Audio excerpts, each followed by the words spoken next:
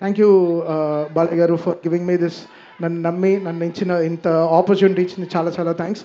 December 5th మళ్ళీ చెప్తున్నా, మళ్ళీ కంప్లైంట్ చేయొద్దు, స్పీకర్లు పోయాయి, అది పోయాయి, ఫైర్ అయింది.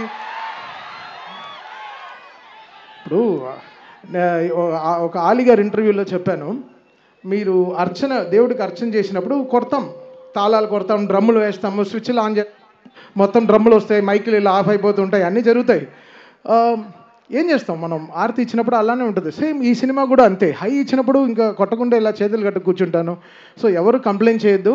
ముందరే అందరు థియేటర్స్ మీరు ముందరే మీ స్పీకర్లు సర్వీస్ చేసి పెట్టుకోండి.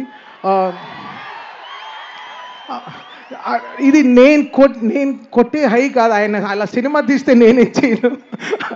ఆయన బోయపాటి గారు నిజంగా అలాంటి సినిమా తీశారు. సో డెఫినెట్గా అందరికీ అదే హై ఉంటుంది థియేటర్లో.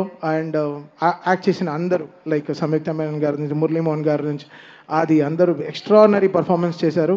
సో డెఫినెట్గా December 5th ఇంకేం చెప్పాలి, మరో బ్లాక్ బస్టర్ హిట్ బాలయ్య గారితో చాలా సంతోషంగా ఉంది. Thank you so much sir.